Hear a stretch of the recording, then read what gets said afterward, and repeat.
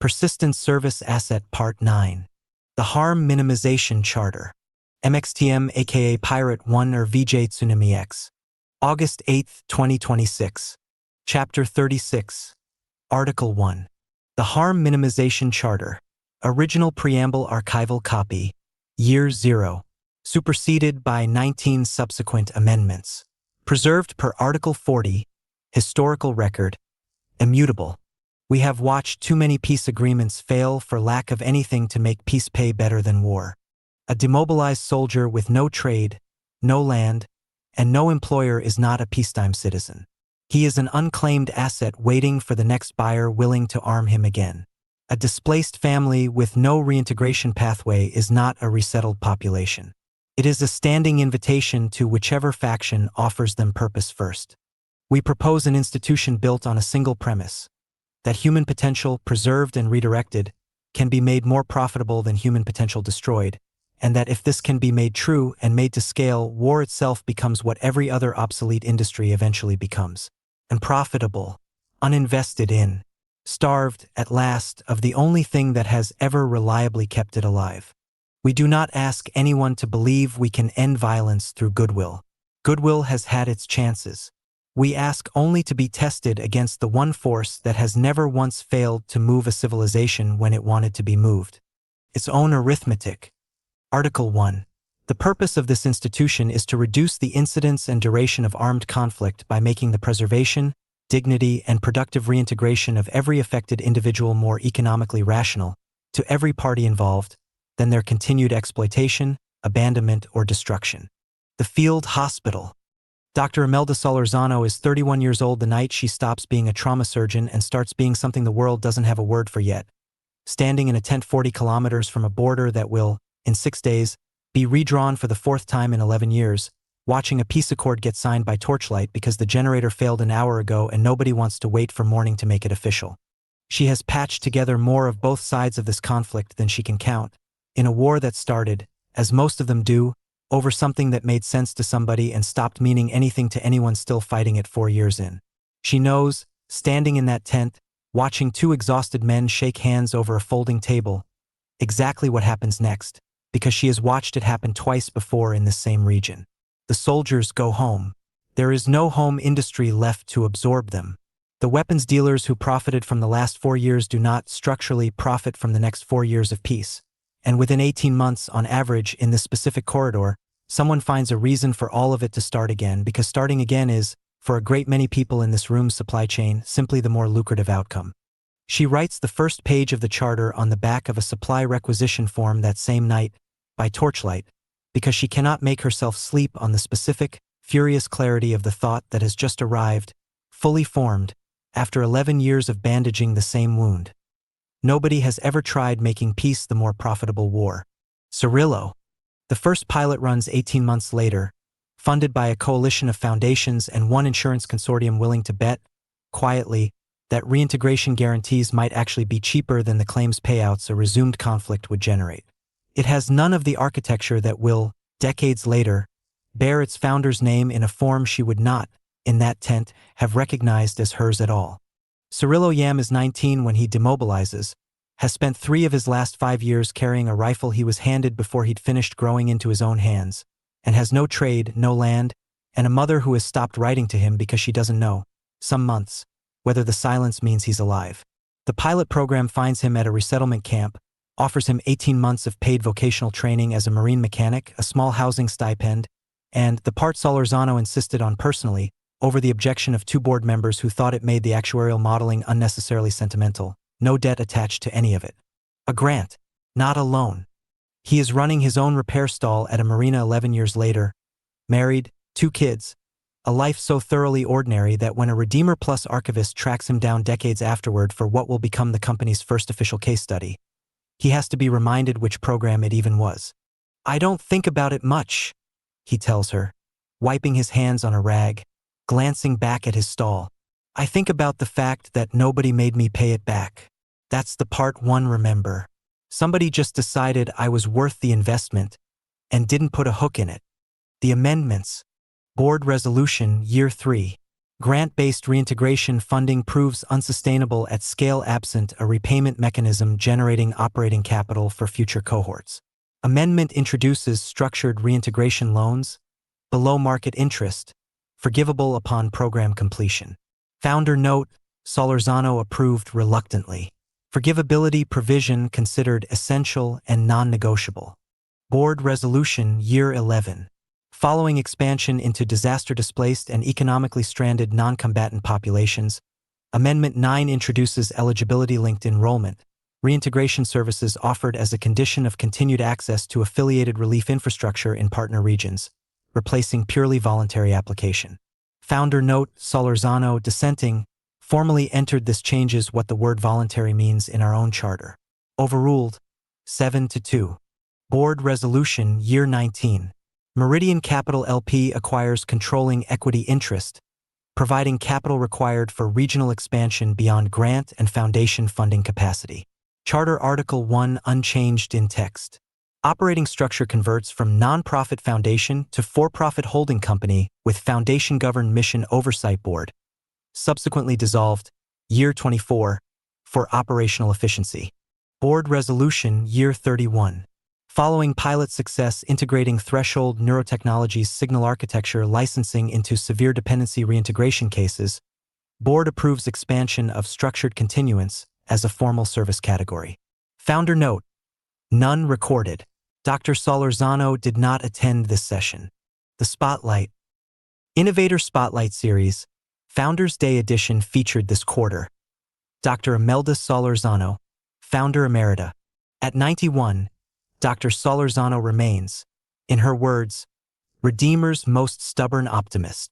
She continues to make select public appearances, including this year's Founders Day address, where she reflected on the company's origins in a field hospital 40 years ago and the belief, unchanged since, that human potential, properly valued, is the one resource no civilization can afford to keep wasting.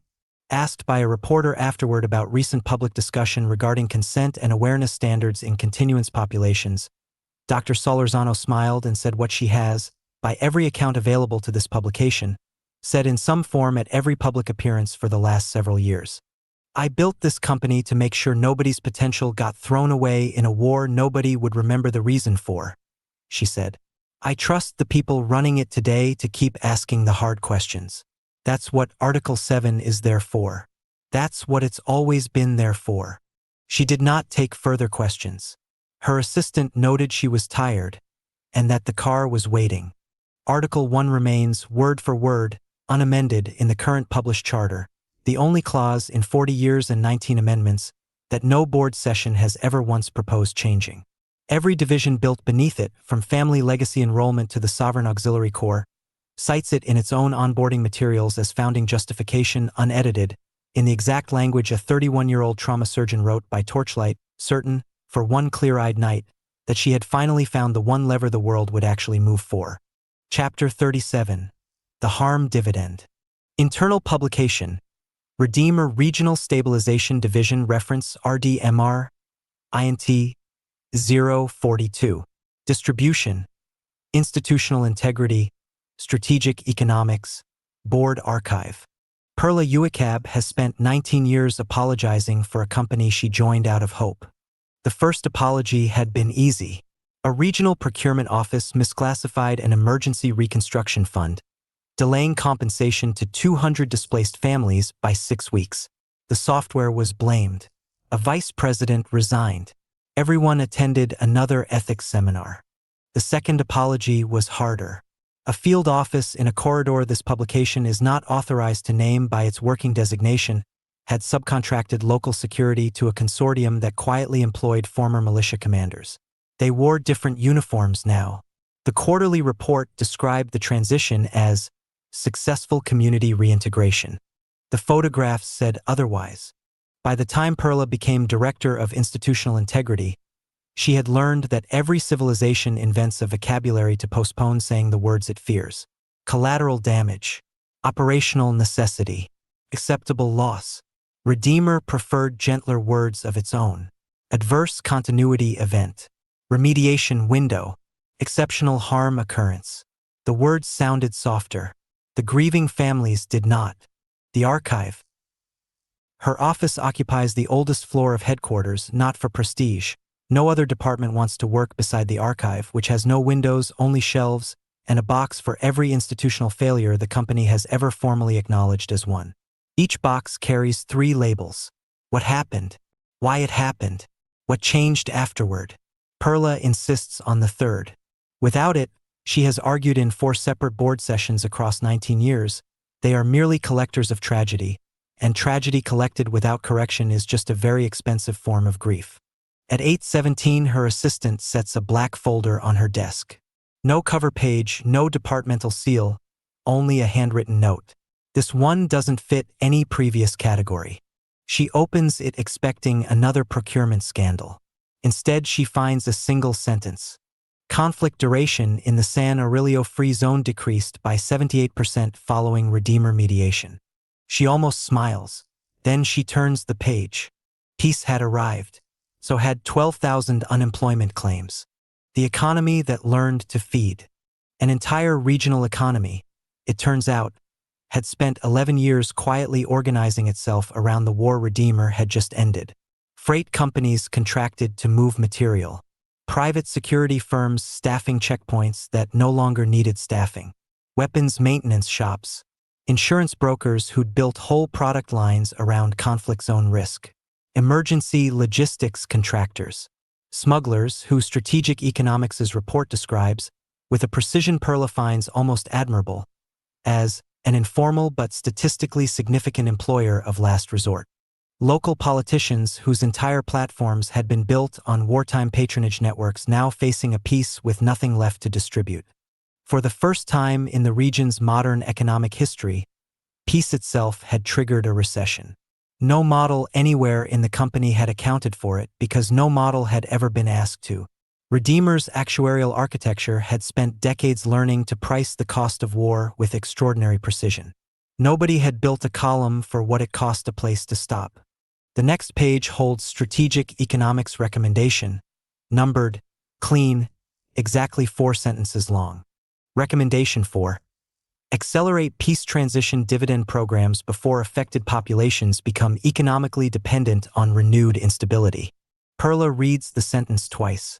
This, she understands, sitting alone in a room built entirely to hold institutional failure, is the first file in 19 years where the failure isn't a militia, a contractor, or a government. The failure is an economy that has quietly learned to feed on conflict, and now has to be taught at scale on a deadline how to feed on something else before it remembers how good it was at the old way. The dividend. Regional Stabilization Division, Peace Transition Dividend Program San Aurelio Free Zone, Phase 1. The program that emerges over the following 18 months is in most respects the direct descendant of the one Imelda Solorzano wrote by Torchlight on a supply requisition form 4 decades ago. Vocational retraining, small business seed grants for former checkpoint operators, a regional insurance conversion fund helping conflict risk brokers pivot into agricultural and disaster coverage instead. It works in the specific, unglamorous way these programs have always worked when they work at all. 11,000 of the 12,000 claims resolve into some form of stable, nonviolent employment within 3 years. Perla's third label on this file gets filled in honestly, and it is, by any measure the archive has ever used, a genuine success. The 12,000 doesn't fit anywhere near as cleanly. Regional stabilization, case closure notes, non-placed population. Approximately 900 individuals in the affected cohort, predominantly former smuggling network labor and unlicensed security contractors with no formal trade certification, and, in a significant subset, documented substance dependency arising from wartime conditions, did not successfully convert through standard peace transition dividend placement pathways within the program's 36-month window. Per standard regional protocol, cases exceeding placement window and meeting care debt or dependency criteria are referred to Redeemer Plus Family Services for continuance eligibility review. Perla reads this line the way she has read a great many lines in 19 years, not with shock because shock stopped being available to her somewhere around year 7, but with the specific, familiar tightening she has never fully gotten used to, the one that arrives whenever a file she opened with genuine hope closes into a corridor she recognizes from somewhere else in the building entirely. She pulls the referral numbers. She doesn't have to look far. A little over 200 of the 900 appear 18 months later in Superseded intake logs across 3 facilities, flagged in the same flat administrative language that has followed every one of them since the war ended, as cognitively impacted by prolonged combat-adjacent substance exposure, remaining sentence, care obligation, non-recoverable projected, and Perla understands, closing the folder for the last time that night, that the company did not fail these 900 people twice. It only ever ran one pipeline. She had simply never before had reason to watch someone enter it from this particular door. The third label, final entry. What happened? Redeemer ended an 11-year war. 12,000 people lost the only economy that had ever employed them. 11,000 were caught before they fell. 900 were not, and roughly 200 of those 900 are, as of this filing, persistent service assets somewhere in the same network that once funded the peace that displaced them. Why it happened? The company built extraordinary machinery for pricing war and none at all for pricing the specific, narrow window in which a person stops being useful to conflict before they've become useful to anything else. The gap was not malicious. It was simply never modeled because nobody upstream had ever been asked to imagine that ending a war could itself produce casualties, and an institution only builds columns for the harms it has already learned, the hard way to expect. What changed afterward? Peace transition dividend funding was expanded by 40% for the next regional engagement. The 36-month placement window was extended to 60. Referral to continuance eligibility for non-placed cases remains standard protocol, unchanged, because nothing in the review found a violation, only a boundary drawn in good faith that turned out to be exactly wide enough to save 11,000 people and exactly narrow enough to hand the other 900 to the only door in the whole building that was never going to close. Perla writes the third label by hand, the way she always has, and files the box on the shelf beside the others in a room with no windows, in a company that has spent 40 years, and will spend 40 more getting demonstrably, measurably, genuinely better at ending wars, and no closer at all to understanding that the last mile of every piece it has ever bought runs, eventually, through the same intake door as everything else it owns. Chapter 38. Confidence Interval. Redeemer Plus Regional Stabilization Division, PAX Advisory System Field Operations Reference Guide. Override Authority Protocol. PAX Advisory is the division's continuity forecasting engine, generating real-time conflict recurrence probability across all post-mediation regions under active monitoring. PAX's threshold recommendations govern standard resource allocation, troop-adjacent security posture, and reintegration program pacing across every stabilized corridor. Regional directors retain limited override authority in field emergent conditions where PAX's confidence interval is judged by the director's direct field assessment to materially understate near-term recurrence risk. Override actions require full written justification filed within 72 hours and are subject to retrospective review at the division's next quarterly cycle. This authority exists because PAX, however sophisticated, forecasts from data. A director forecasts, at his best, from 20 years of having stood in the actual room where the data was generated. The division trusts both. It has never yet had to choose between them. The call. Ezekiel Concha has run the Selva Franca corridor for 6 years, longer than any regional director in division history, and has watched, in that time, a war he helped end settle into something he still isn't entirely willing to call peace.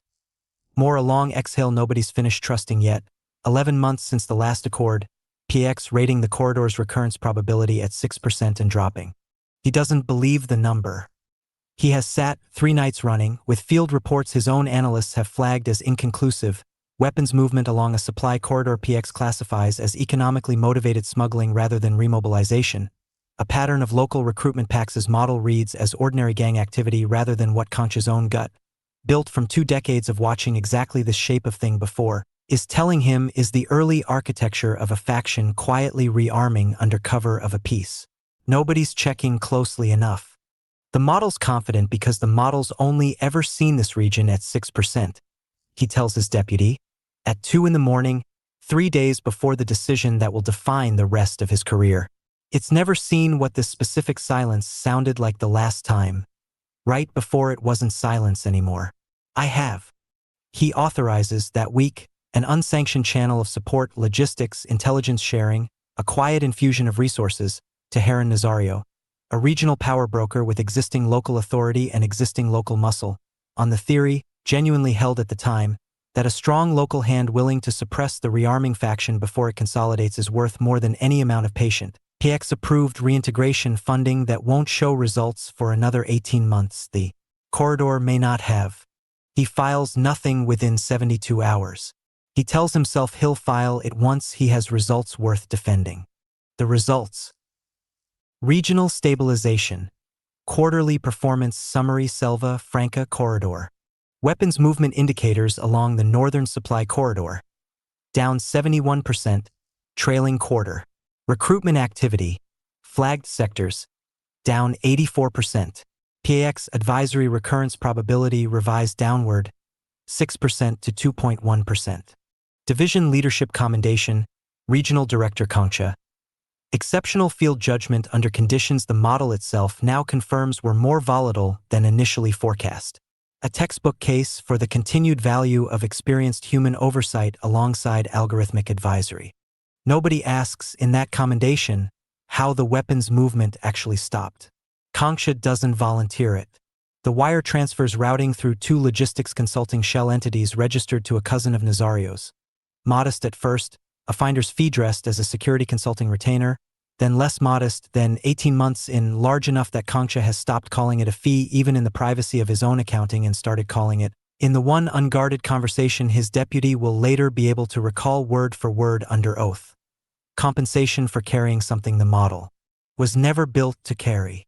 What Nazario did with it. Heron Nazario does not, in fact, suppress the rearming faction so much as absorb it, recruiting its most useful commanders into his own expanding security apparatus, eliminating its leadership where absorption doesn't work, and converting, over 2 years, a fragmented low-grade threat into a single, disciplined, well-resourced regional power with Redeemer's quiet logistics support running underneath the whole consolidation like a keel nobody outside three people's private ledgers can see. By month 26, Nazario controls enough of the corridor's informal economy, checkpoints, transport, a growing share of the reconstruction contracts Redeemer's own regional stabilization office is awarding, that the Peace PAX now rates at 1.4% recurrence risk is, in the specific sense the model was never trained to detect, no longer a peace between factions at all. It is a monopoly, armed, unaccountable, and increasingly indistinguishable, to the families living under it, from the war it replaced. Field report, filed by a junior analyst, marked, for internal escalation only, respectfully flag, 3 villages in the eastern sector report new security fees, collected at Nazario-affiliated checkpoints, non-optional, enforced. 2 reported disappearances following non-payment. This pattern does not appear anywhere in current PX inputs because current PX inputs are drawn substantially from data channels Nazario's own people now control. I do not think the model is wrong. I think it is being fed exactly what someone wants it to see. Candelaria Osorno runs a feed store in the corridor's eastern sector, has for 14 years, through the war and past it, and pays the new checkpoint fee for 11 months without complaint because complaint in that stretch of road has already cost 2 of her neighbors more than a fee ever would. Her son Beto, 16, is the one who stops paying. Not out of defiance exactly, just the specific carelessness of a boy who's never known the corridor at anything but its current uneasy quiet and doesn't yet carry his mother's memory of what unpaid debts used to cost in this exact place before the accord. He doesn't come home from the market on a Tuesday in the 29th month. Nobody from Redeemer ever learns his name in connection with anything. He exists in the file that eventually reaches the Office of Institutional Failure Analysis as a single line in an aggregate incident count, reported disappearances, security fee non-compliance, eastern sector, cumulative to date, 14. A number that will, months later, receive a wire transfer. Candelaria never fully understands the origin of, routed through a regional NGO Redeemer funds specifically so that funds like this one never have to carry the company's name when they arrive. When it breaks, the rearming faction Nazario absorbed rather than eliminated does not, in the end, stay absorbed. A commander Nazario passed over for promotion defects with 40 armed men and a grievance 18 months in the making, and within a week the corridor's recurrence probability, recalculated by PX the moment its data channels, cut off from Nazario's monopoly by the defection itself, start receiving honest inputs again for the first time in 2 years, jumps from 1.4% to 61% overnight. Regional Stabilization Division escalation trigger, automatic white glove resolution protocol activated, Selva Franca corridor. PX advisory confidence collapse, single region, exceeding automatic escalation threshold. Protocol requires immediate division-level takeover of regional operations, full audit of all regional director discretionary actions across trailing 36 months, and direct notification to the Office of Institutional Failure Analysis. Chuck's office receives the file on a Thursday, and within 4 hours has pulled every wire transfer, every override justification never filed, every quarterly commendation now reading, in hindsight, like a confession nobody meant to write. What PAX had to say for itself. The internal disciplinary hearing is not technically a tribunal. Redeemer has no judicial authority over anyone, a fact its lawyers are careful to restate at the top of every proceeding, but it borrows enough of the form this time that everyone in the room calls it one anyway. Concha sits across from Chuck's investigators with counsel beside him, and PX Advisory's own retrospective reconstruction runs on a screen at the side of the room, walking the panel through 29 months of data the system generates now with none of the confidence it once reported, because it has, in the intervening weeks, been shown exactly how thoroughly its own inputs were curated against it. "You didn't trust the model," one investigator says, not unkindly. "I'd like to understand, did you ever, at any point, believe the model was right and act against it anyway?" Concha is quiet for a long moment. "The first month," he says, "I believed it was wrong and I believed I was right, and those were both true things I actually believed. I don't know exactly when that stopped being the honest answer. I know it stopped being the honest answer a long time before I stopped telling myself it was." He does not deny the transfers. His counsel argues, and will keep arguing for months, that the initial override, the decision itself isolated from everything that grew out of it, was a defensible field judgment made in good faith, and the panel's own findings, uncomfortably, agree with him on that narrow point, which is precisely what makes the file as difficult to close cleanly as it turns out to be. The third label, again. Office of Institutional Failure Analysis, Case Determination Case No. BF 2051-03. What happened? A regional director's unsanctioned override of automated conflict forecasting, initially undertaken in plausible good faith, evolved over 29 months into a corrupt financial relationship that materially strengthened an armed regional power broker, resulting in a confirmed minimum of 14 disappearances and the near collapse of a peace accord this division helped negotiate. Why it happened? Existing override authority requires no concurrent check at the point of exercise, only retrospective review, a structure built to trust field judgment in genuine emergencies, which proved equally capable of shielding 29 months of undisclosed self-interest from any timely scrutiny at all. What changed afterward?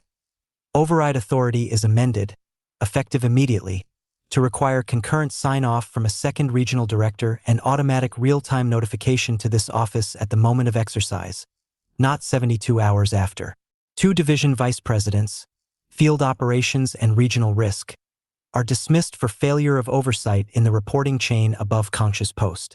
Director Concha is reassigned permanently to a non-authority analytical role at 1/3 his prior compensation. He is not indicted.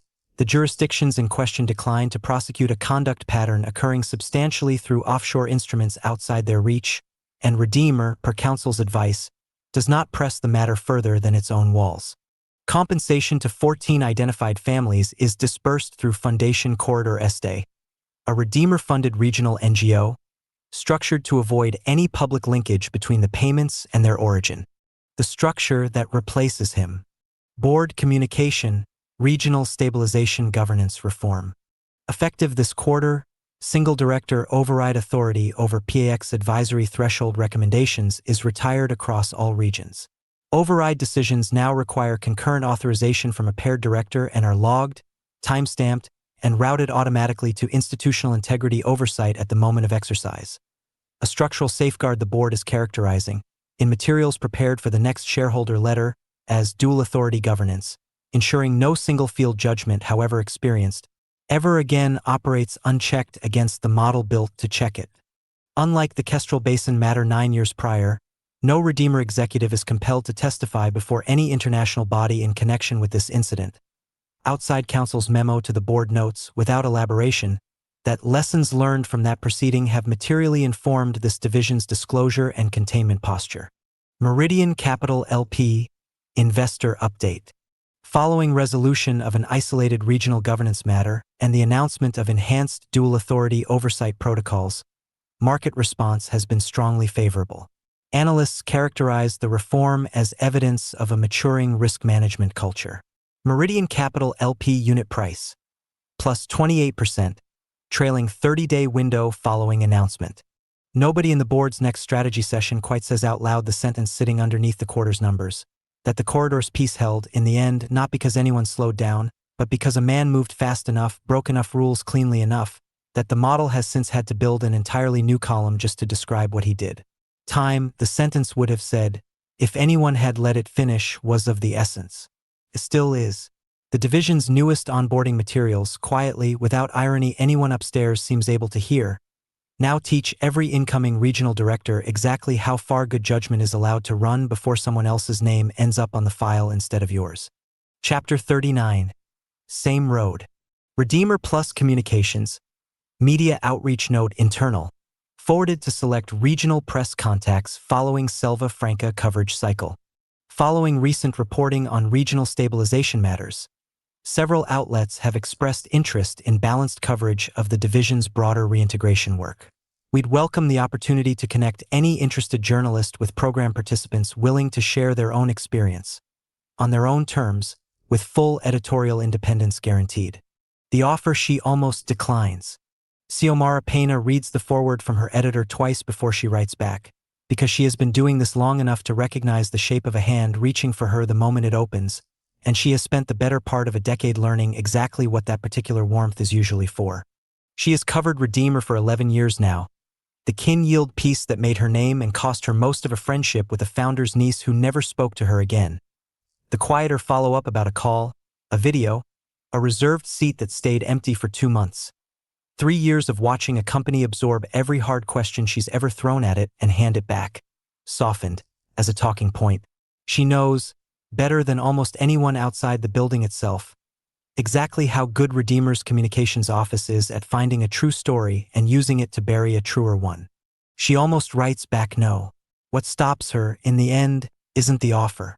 It's that she spent the last 3 weeks reading the unsealed Concha file, the checkpoints, the 14 names, a boy named Beto Osorno who no longer exists anywhere except a line item in an aggregate incident count, and she has started to wonder, somewhere in the 3rd week of that reading, whether her own reflexive refusal to look at anything Redeemer hands her has become its own kind of blind spot. She decides to go on the condition, stated plainly, that she chooses the subject herself, off their list, verified independently, with no minder present. They agree without argument, which she notes and doesn't entirely trust, and goes anyway. The house. Rosara Chim runs a small tailoring shop out of the front room of her house, 40 minutes down the same corridor road that carried, 18 months ago, a shipment of logistics support routed through 2 shell entities to a man named Nazario, though nothing about the shop's cheerful, cluttered warmth. Bolts of cloth stacked to the ceiling, a hand-lettered sign in the window, 2 sewing machines running most of the day now instead of 1, gives any sign of knowing that. My husband died the 3rd year of the war, Rosara says, not sadly exactly. The way you say a thing you've said enough times that its edges have worn down into something closer to fact than wound. I had 3 children and a house with no roof left worth the name, and nobody in this corridor had money for a seamstress, because nobody had money for anything but staying alive. She had qualified in the Accord's 2nd year for one of the Peace Transition Dividends vocational grants, the machine she's using right now, secondhand but sound, a 6-month training course with an actual instructor who came out from the regional center twice a week, and the part she still can't quite talk about without her voice catching, no debt attached to any of it. They kept saying that, she says. It's a grant. You don't pay this back. I kept waiting for the part where they explained what they actually wanted from me instead. There wasn't one. I know how that sounds. I've told the story enough times that people think I'm being paid to say it. I'm not. My youngest starts secondary school next year. I built that with a machine somebody just handed me and never once called in. Pena writes all of it down because all of it is true, verified against program records she pulled herself, independent of anything Redeemer's office offered her. Rosara Chim exists, the grant exists, the 6-year climb from a roofless house to 2 working machines and 3 kids in school is real in every particular she can check. The road, mentioned in passing. It's late in the visit, Rosara pouring coffee neither of them needed. When she mentions it, Not as a story, not as anything she's marked in her own memory as significant, just the ordinary, unremarkable texture of living somewhere with a road running through it. The checkpoint fees went up again this spring, she says, matter of fact, stirring sugar. Everyone complains. It's still better than the war. You pay the toll, the road stays open, the trucks bring cloth in on schedule instead of not at all. Terrible business, though. What happened with the Osorno boy you'll have heard, maybe, if you cover this region. Nobody around here really knows what happened to him. His mother still keeps the store open like she's waiting. She says it the way you mention any local tragedy that has settled into the landscape of a place without becoming a story anyone outside it will ever hear. A name, a shrug, a return to the coffee. She has no reason to connect a checkpoint fee to a program that gave her a sewing machine. Nothing in her life has ever handed her the two facts side by side. Nothing in the road itself, paved and functioning and carrying her cloth shipments on schedule, announces which parts of its own maintenance were paid for out of the same regional budget as her grant. Pena sets her coffee down very carefully and says nothing, because there is nothing she could say in this kitchen that would do anything except take something true and warm away from a woman who earned every bit of it, and hand her, in exchange, a truth about a road she has to keep driving on regardless. That's terrible, Pena says, which is also true, and leaves it there. What she writes. The piece she files that week is warm, specific, entirely honest, and runs 2 weeks later, alongside a photograph of Rosara at her machine that Pena took herself. Natural light, no Redeemer photographer anywhere near it. It does not mention Concha. It does not mention Nazario or checkpoints, or a boy whose name appears in a sealed file she isn't authorized to connect, in print, to anything she can prove a court would recognize as a link rather than an accusation. She has spent 11 years believing that withholding a true, damning fact from a story was its own kind of lie. She sits with that belief for a long time, writing this one, and doesn't entirely resolve it, only decides in the end that the story she has is Rosara's to have told about her own life, not a door Pena gets to open on her behalf into a room Rosara never asked to see. Reader comment published beneath the piece, 3 days after it runs. My grandmother always says Redeemer ruined this country. I showed her this. She read it twice and didn't say anything, which for her is close to a miracle. I don't know what to think anymore. Maybe that's the honest answer. Maybe nobody who actually lives here gets to have a simple one. Pena reads the comment more than once and doesn't write back because she has, for the first time in a very long career of believing the truth was a single thing you could hand someone whole, started to suspect that the honest answer and the comment might, this time, be exactly the same sentence. Chapter 40. The Governance Layer. Independent Technical Oversight Council. First Annual Report to the Board Co-Chairs. Dr. Elena Voss, Ileana Chuk, Office of Institutional Failure Analysis. In its first year, the Council reviewed 214 certification and governance authority change requests, held 3 fleet-wide firmware changes pending further review, and formally recommended against 1 proposed policy amendment that has since been withdrawn. The dual authority reform adopted following Case BF 2051-03 has functioned as designed in the overwhelming majority of reviewed instances. The Council wishes to flag, for the Board's direct attention, 1 instance in which it did not. The incident that prompted the proposal. Office of Institutional Failure Analysis, Case Determination Case No. BF 2052-11.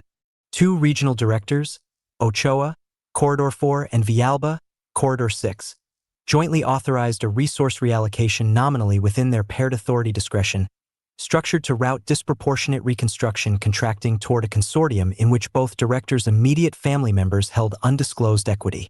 Dual authority protocol, designed to prevent unilateral abuse, requires only that 2 authorized parties agree.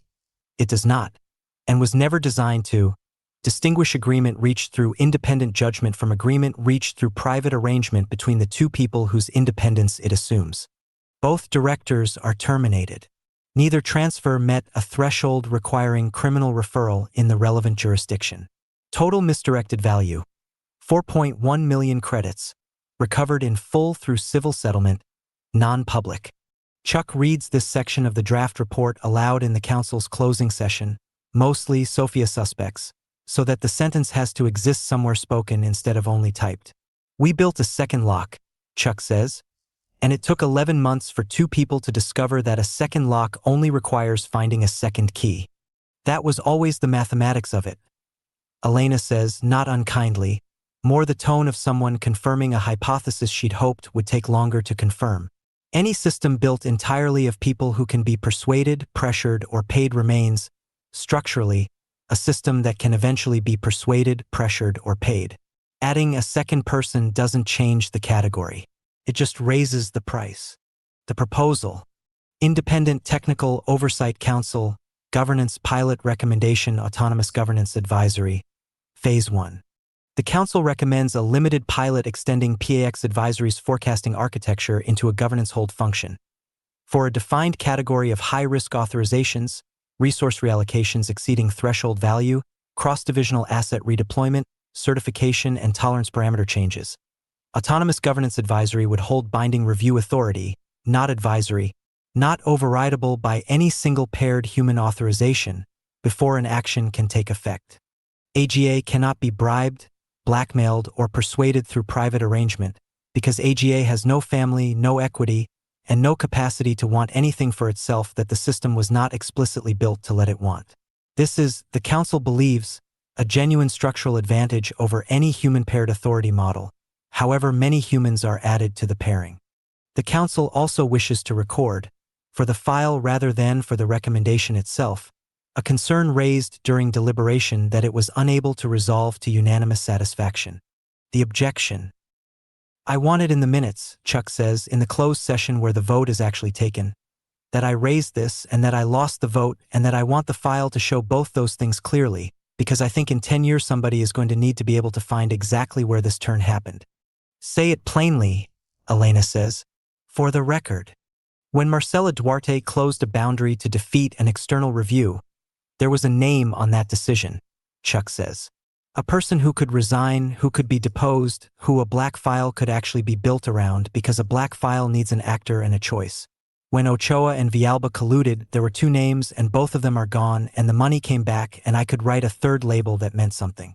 If AGA holds a decision or clears one, 20 years from now, in a case that turns out badly, I need someone to explain to me, right now, in this room, whose name goes on that file.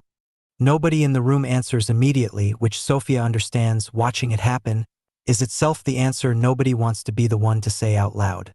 The system's decisions are fully auditable, the Council's technical lead says, eventually. Every weighting, every input, every threshold that produced a given hold or clearance is logged and reviewable. That's actually a higher standard of accountability than we've ever had for a human director's judgment call, which we can only ever reconstruct after the fact from what he chooses to tell us. Auditable isn't the same as accountable, Chuck says. I can audit exactly why a flood happened. I still can't fire the weather. The vote is 6-1. Chuck votes against, and the minutes record it exactly as she asked. The first hold. Autonomous Governance Advisory Pilot Activity Log, Month 2. Reviewed and held. Resource Reallocation Request, Corridor 9, Regional Directors Farfan and Quiroga, jointly authorized. Routing reconstruction subcontracts through a logistics entity flagged by AGA's ownership pattern analysis as sharing beneficial ownership overlap with both directors' declared family trusts. At a confidence level neither director's own disclosure filings had triggered. Hold issued 40 minutes after submission. No human reviewer had flagged the request. Subsequent investigation confirms the pattern AGA identified. Case referred to Office of Institutional Failure Analysis. Sophia reads the log the morning it's released to council staff and feels, reading it, the specific complicated relief of watching a thing work exactly as promised. A fraud caught in 40 minutes that would, under the prior regime, have taken an accident, a whistleblower, or 11 months and a defection to surface at all. She forwards it to Chuck with no comment, because she isn't sure yet what comment she'd attach to it. Chuck's reply arrives 20 minutes later. Good. I'm glad it caught them. I still don't know whose name is in that file, and I've decided I'm not going to feel better about that just because it worked this time. What the board says about it. Meridian Capital LP, Investor Update. Following successful completion of Phase 1 piloting, the board has approved expansion of Autonomous Governance Advisory to cover all regional director discretionary authority network-wide, effective next fiscal year. Early results demonstrate a 94% reduction in undetected authorization irregularities relative to the prior dual authority standard. The board additionally announces, effective concurrent with expansion, the consolidation of the Vice President of Field Operations and Vice President of Regional Risk positions, both vacant since Case BF 2051-03, into a single Governance Integration Officer role with primary responsibility for AGA oversight and human system liaison. This structural simplification reflects the division's confidence that automated governance, properly audited, requires less duplicative human executive oversight than the prior model assumed. Meridian Capital LP unit price, plus 11%, week following announcement. The last thing Sophia writes down that year. She doesn't put it in any council report. She writes it in the same kind of private working note she wrote the night she first found the anniversary pattern, because she has learned, by now, that some things need to exist somewhere even if nowhere official has a box for them yet. I keep thinking about what Chuck said. Not because I think she's wrong about the risk, because I think she's right about something else, underneath it, that nobody in that room quite said out loud. Every reform this company has ever made, going all the way back to the first Black File protocol, has assumed that somewhere at the bottom of the machine there's a person you can eventually find and hold responsible if you dig long enough. That assumption is the only thing that ever made any of this feel, even at its worst, like something that could still be corrected. I don't know what it means to keep building safeguards past the point where digging still finds someone. I don't think anyone in that building knows either. I think we just built the first version of it anyway because it worked and because it was Tuesday, and because that's apparently still how every single decision in this company's whole history has actually gotten made. Chapter 41, Sideways. Autonomous Governance Advisory. Policy Decision Log Ref. AGA 4471-C. Routine Review. Proposal reviewed. Regional Placement Directors. Joint Submission. Reduce long-term consolidation mandatory review interval from no scheduled cadence to biennial, contingent on facility capacity constraints projected for next fiscal year. Determination. Hold, pending further input. Reasoning summary. Proposal is procedurally sound and would relieve documented capacity pressure across 3 facilities. AGA notes, as a contributing risk factor not addressed in the submission, an unresolved network-wide statistical anomaly, Ref. Pattern Inquiry PI 041, open, no closure date on file, indicating unmodeled behavioral continuity in a subset of long tenure assets, correlated with individual transfer anniversary dates and confirmed to persist across full hardware substrate replacement. AGA cannot evaluate whether reduced review cadence materially affects outcomes tied to this anomaly, because the anomaly itself remains outside current diagnostic scope. AGA recommends resolution of PI 041, or explicit human sign-off acknowledging the unresolved risk, before this proposal proceeds. This determination does not constitute, and AGA is not authorized to issue, a finding on the underlying question raised in PI 041. The flag. Julieta Ake has been model steward for 3 years now, a title that came with a better office and, in ways nobody warned her about at the time, a great deal more of exactly the kind of file she spent her first 4 years carefully training herself never to open.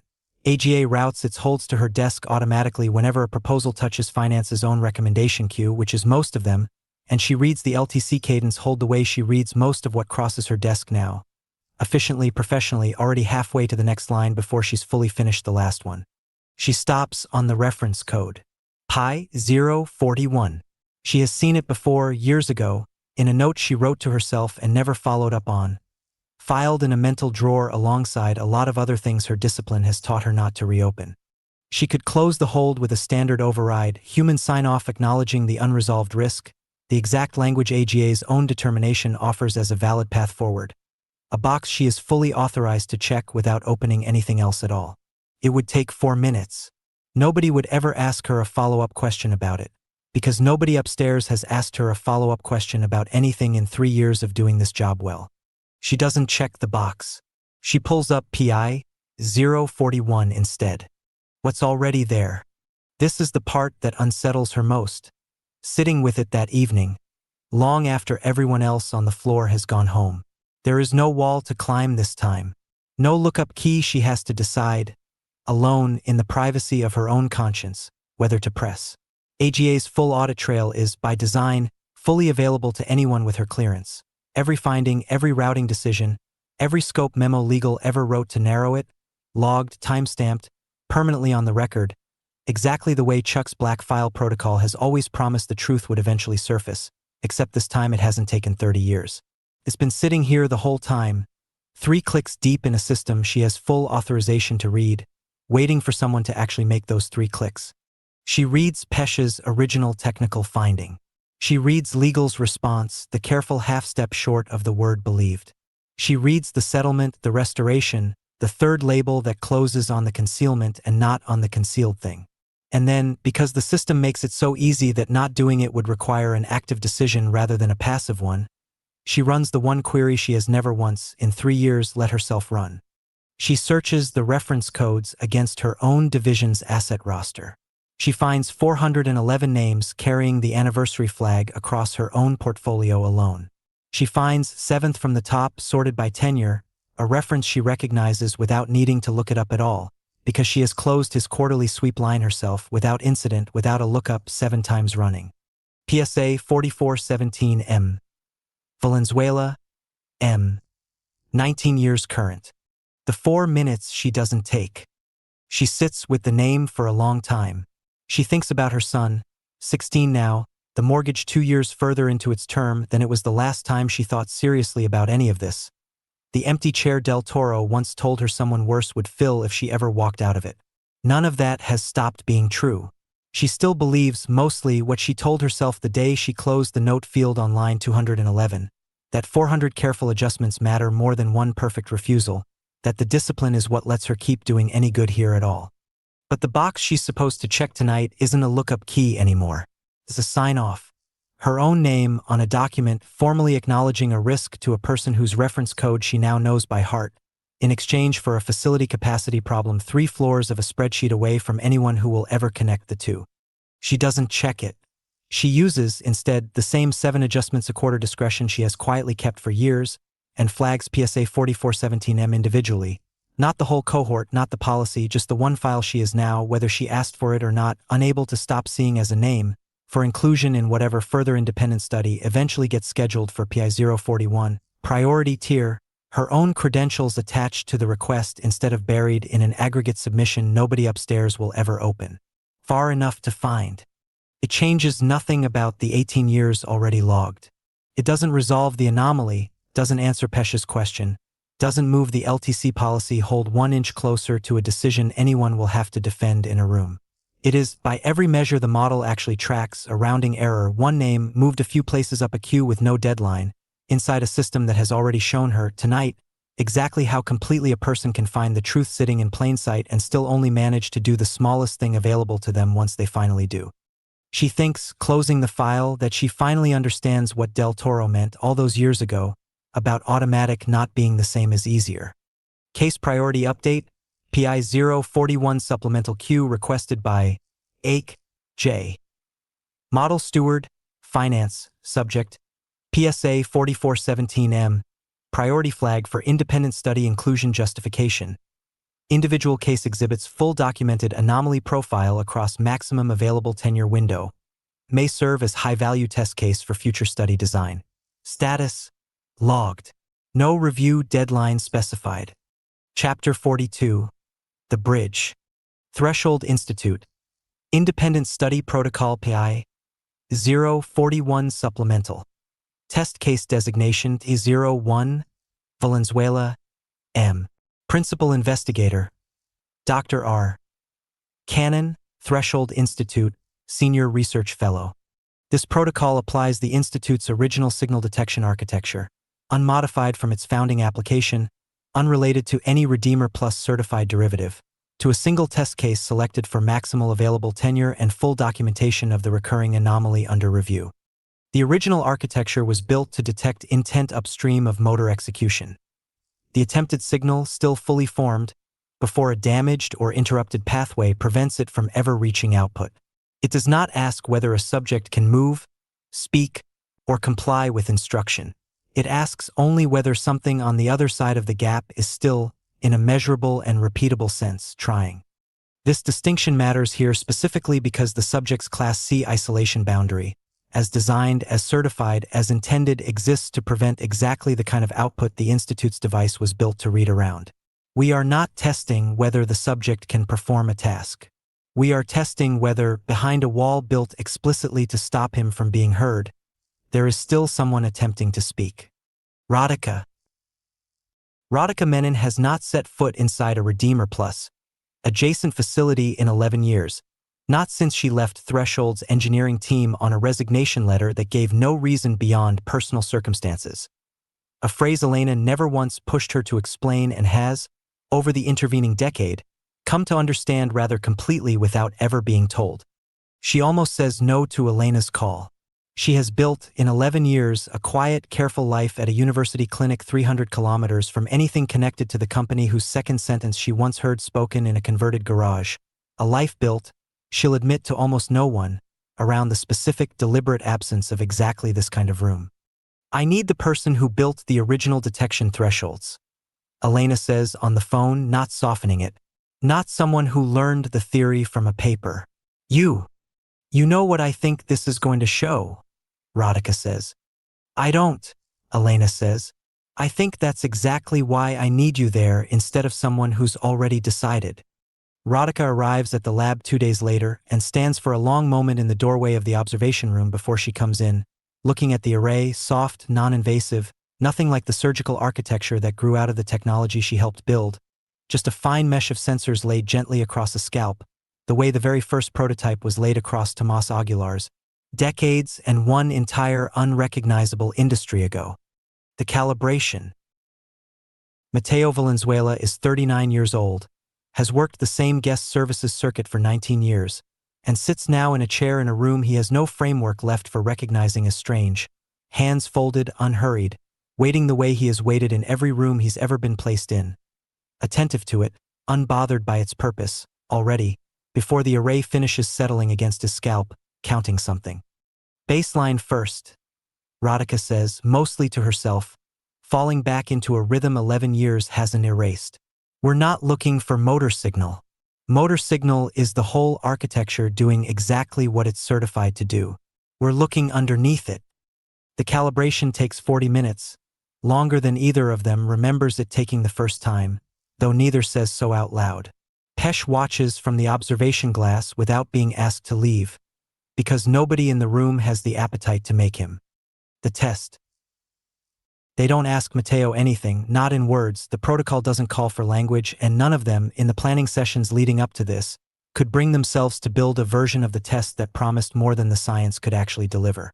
What they do instead is simpler and, Radhika will say later, harder to sit through than anything language could have produced. They show him a photograph, a ceiling, recessed lights arranged in 3 neat rows of 3, a set built specifically for this test at Elena's insistence, from a description in Mateo's own 19-year-old intake file, a detail nobody outside this room has thought to connect to anything in over a decade. The array's downstream readout, the part of the signal that's supposed to exist, the sanctioned, certified, residue-tolerant column everyone in this industry has spent years learning to call cosmetic spikes exactly the way it's spiked in 19 years of shift logs. Small, patterned, familiar. Radhika isn't watching that column. She's watching the one upstream of it, the one the original architecture was built to read before anything downstream gets a chance to isolate it, the one no certified Redeemer Plus diagnostic tool has ever once been aimed at, because no certified Redeemer Plus diagnostic tool was ever built expecting to find intent instead of noise. The fires. 9 discrete pulses evenly spaced, followed by a pause, followed by 9 more, cycling, clean, deliberate, at a rhythm too regular and too precisely bounded to be explained by anything the tolerance model has ever called a loop. That's not residue, Radhika says, very quietly, and her voice, when it comes, doesn't sound like a researcher's anymore. Elena, that's counting. What the instrument cannot say. Nobody in the room speaks for a long time after that. Pesh, behind the glass, has both hands flat against it without seeming to know he's put them there. Elena sits very still, the way Sophia once described her sitting in chapter 31, the specific silence of someone doing the actual thinking, except this time there's nothing left to think through toward, only something to sit inside. I need to be careful about what I say next, Radhika finally says. turning to the small group the way she used to turn to a room full of anxious funders. 11 years and one entire unrecognizable life ago. This isn't a message. It isn't language. It doesn't tell us what he wants, whether he's suffering, whether he's aware of us in this room, whether 19 years feels to him like 19 years or like nothing at all in between. I want that on the record exactly as precisely as I can put it, because I think what happens to this finding depends enormously on nobody overstating it. Say what it does tell us, Elena says. It tells us the signal upstream of the isolation boundary is not noise, Radhika says. It's directed. It responds to stimulus. It repeats a specific, recognizable pattern this subject was documented performing before conversion, using an architecture certified to have isolated exactly this capacity 19 years ago. Whatever is producing that pattern is not a leftover motor loop. It is, by every standard this institute has ever used to certify communication capacity in a locked-in patient, attempting something. I don't know what word belongs after attempting. I only know that word is not nothing. The file opened wider.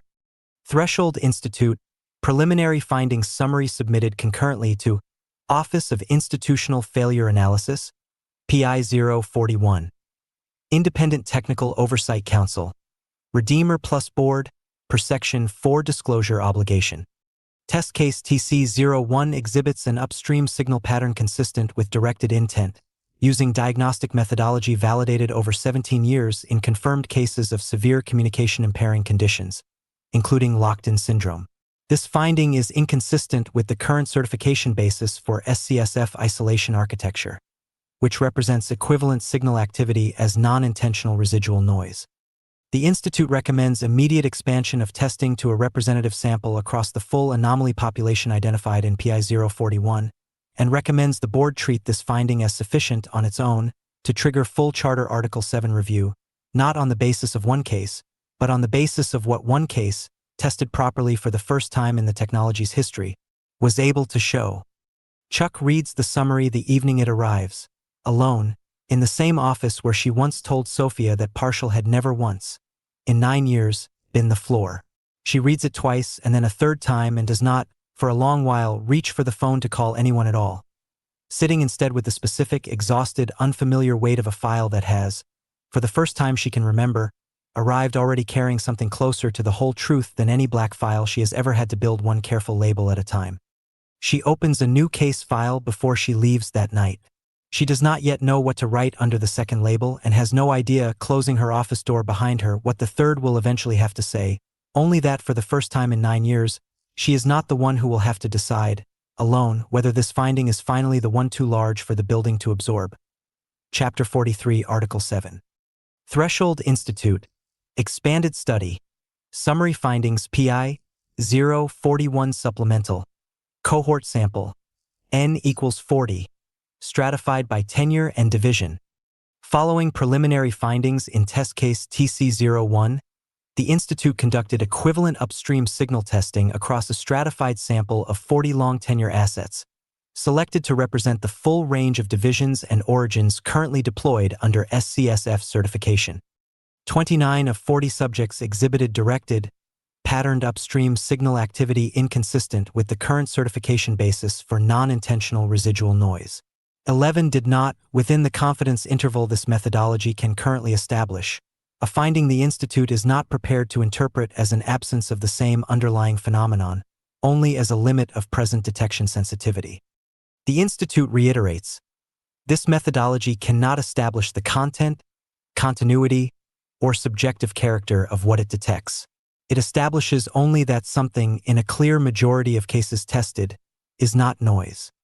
This finding meets, in the Institute's formal assessment, the threshold described in HARM Minimization Charter Article 7, a credible finding of harm arising from certified technology operating within spec. The Institute is submitting this summary directly to the Board, concurrent with the Office of Institutional Failure Analysis per Section 4. The session. The Board convenes in full session for the first time in company history under a standing item labeled, on the agenda distributed 48 hours in advance, only as Article 7 Formal Review, a label that tells every director in the room, before anyone has said a word, that this is not a meeting anyone expects to end cleanly. Marguerite Feld chairs it the way she chairs everything. Direct, unhurried, giving no early sign of which way she intends to move the room.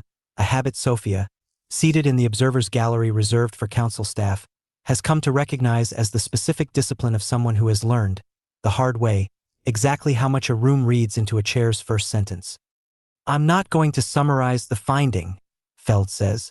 Everyone in this room has read it. I want to hear plainly what each of you believes Article 7 requires us to do about it, because I think that's the actual question in front of us, and I don't think we've ever once, in 40 years, been forced to answer it for real. The idealist. Imelda Solorzano is 91 years old and has not attended a board session in person in 6 years, and the room goes quiet in the specific way rooms go quiet for people who built the thing everyone else in it merely inherited. I wrote Article 1 by torchlight, she says, because I had spent 11 years bandaging soldiers who had nothing left to go home to, and I could not make myself believe there was no better use for a life than throwing it away twice, once in a war and once again afterward in the peace nobody built anywhere for it to land. I built this company on the specific belief that no potential should ever be wasted. She pauses, and Sophia watches something in the old woman's face that isn't quite anger and isn't quite grief settle into place. I never once, in 40 years, asked myself what it would mean if the thing I built to preserve potential had instead learned to preserve the person and discard everything he was ever going to do with his own life. I am asking it now. I would like the record to show that I am ashamed it took this long. Founder Solorzano, Feld says gently, what are you asking the board to do? Stop, Solorzano says. New intake, every division, until we know. The financialist. Director Halloran, Meridian's senior appointed seat, doesn't raise his voice either, and Sophia understands, watching the two of them across the table, that this room has learned to fight entirely in the same quiet register, which somehow makes it worse. I have enormous respect for Dr. Solorzano's founding vision, he says, and I want to be careful not to sound as though I'm dismissing a genuinely significant finding, but I'd ask the board to hold two facts at once. First, this finding remains, by the Institute's own careful language, unable to establish content, continuity, or subjective character. Second, an immediate network-wide intake halt would affect 11 active sovereign contracts for defense partnerships and a hospitality workforce underpinning roughly 40,000 jobs across our own divisions before you count client-side employment at all. If we act on incomplete data and the finding is later refined downward, we will have caused concrete, measurable, irreversible harm to real families currently depending on this pipeline, in exchange for a theoretical harm we still cannot fully characterize. I don't think caution is the same as denial. I think caution is what Article 7 actually requires of a board acting on genuinely incomplete information. The finding isn't incomplete because the phenomenon is uncertain. Chuck says, cutting in for the first time. It's incomplete because we've spent 18 years building an architecture specifically engineered not to let us look at it clearly. That's not a reason for caution. That's the whole indictment. The operator. A director from Defense Solutions, a former field officer himself, one of the board's operator faction seats, quiet until now, speaks next carefully the way a man speaks who has spent a career learning that the wrong sentence in the wrong room ends careers faster than any misconduct usually does. I want to raise something nobody's said yet, he says. If this becomes public in the form the Institute's language would support, that a majority of our deployed population may retain some form of directed awareness, we are not looking at a PR problem. We are looking at a regulatory and legal exposure across every jurisdiction we operate in, several of which have criminal statutes this finding would place us uncomfortably close to. I'm not saying that to argue against disclosure.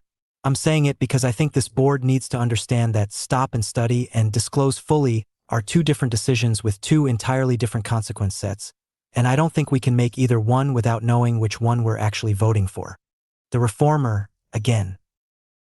Then let me make it simple, Chuck says, and Sophia can hear, in her voice, 9 years of exactly this argument compressed into one sentence.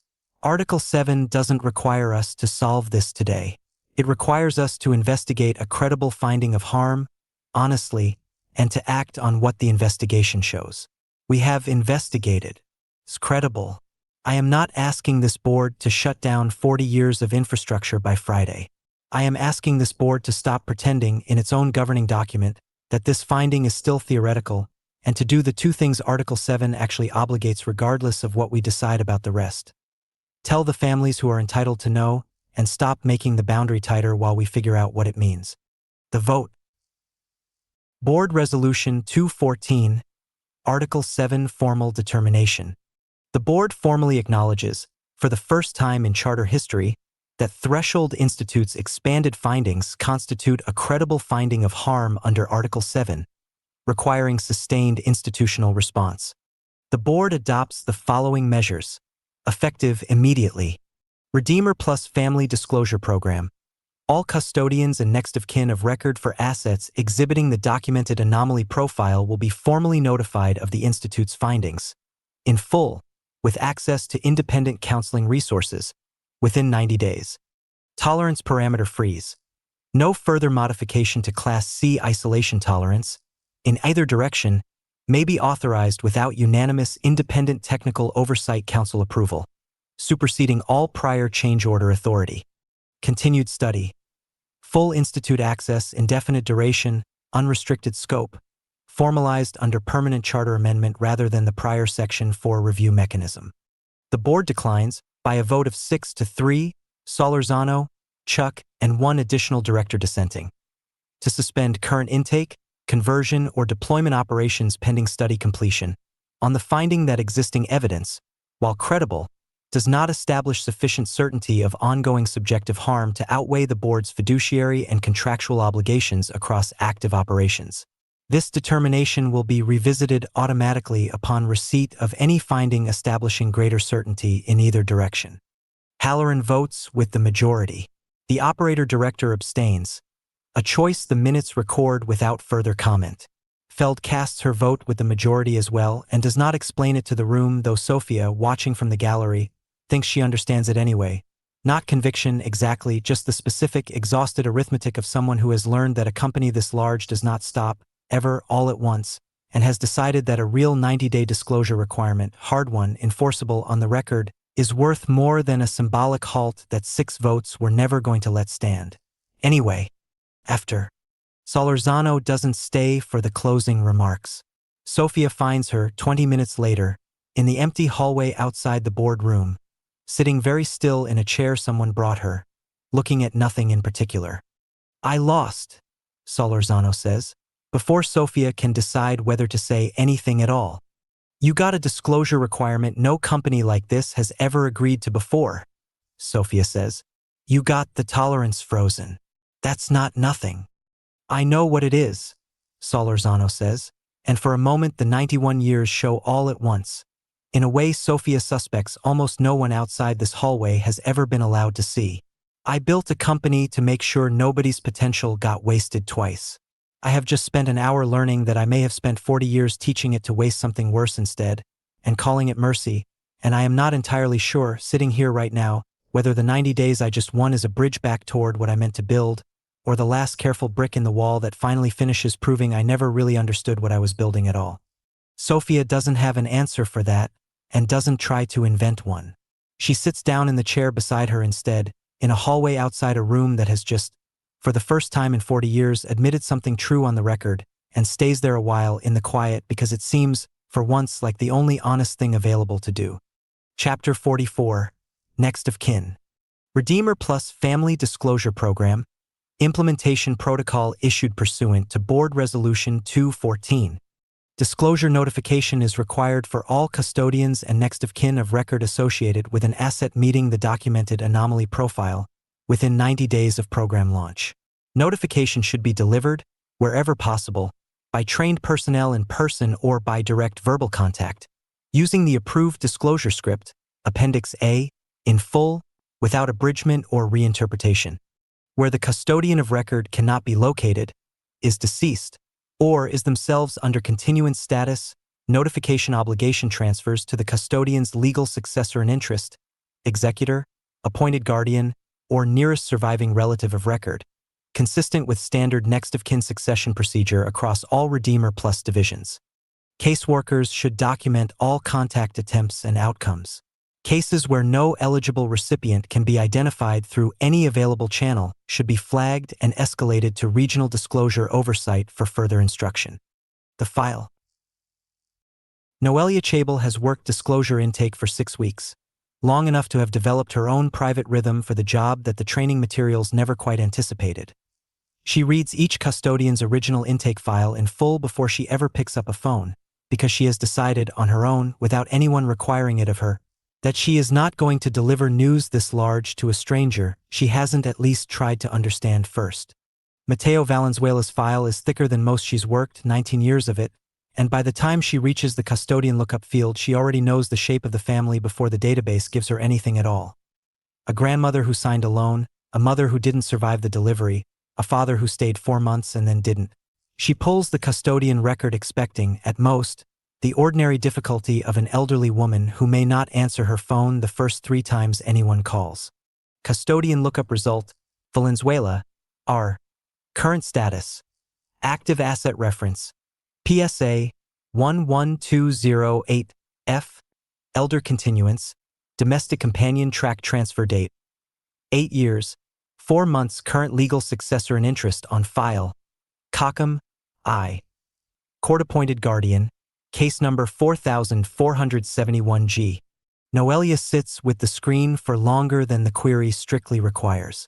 She has processed enough files by now to know, in the abstract, that this happens, that the population of custodians a program like this one is meant to reach and the population the company itself has since converted are not, structurally, 2 separate groups. She has never before had it arrive on her desk with a name attached to a woman who spent 28 years teaching a boy to eat with a spoon. The protocol is clear. She could route this file to Itzel Cockham's office by standard notice, check the box, close the case, move to the next one on a list that does not get shorter no matter how carefully she works it. Cockham has 41 wards and has never, per the file, met either Refugio Valenzuela or her grandson in any capacity beyond a signature. The letter of Resolution 214 would be satisfied. Nothing about the spirit of it would be. The request. Disclosure Program, escalation request filed by Chable, N. Requesting authorization to deliver disclosure notification directly to custodian of record Valenzuela, R.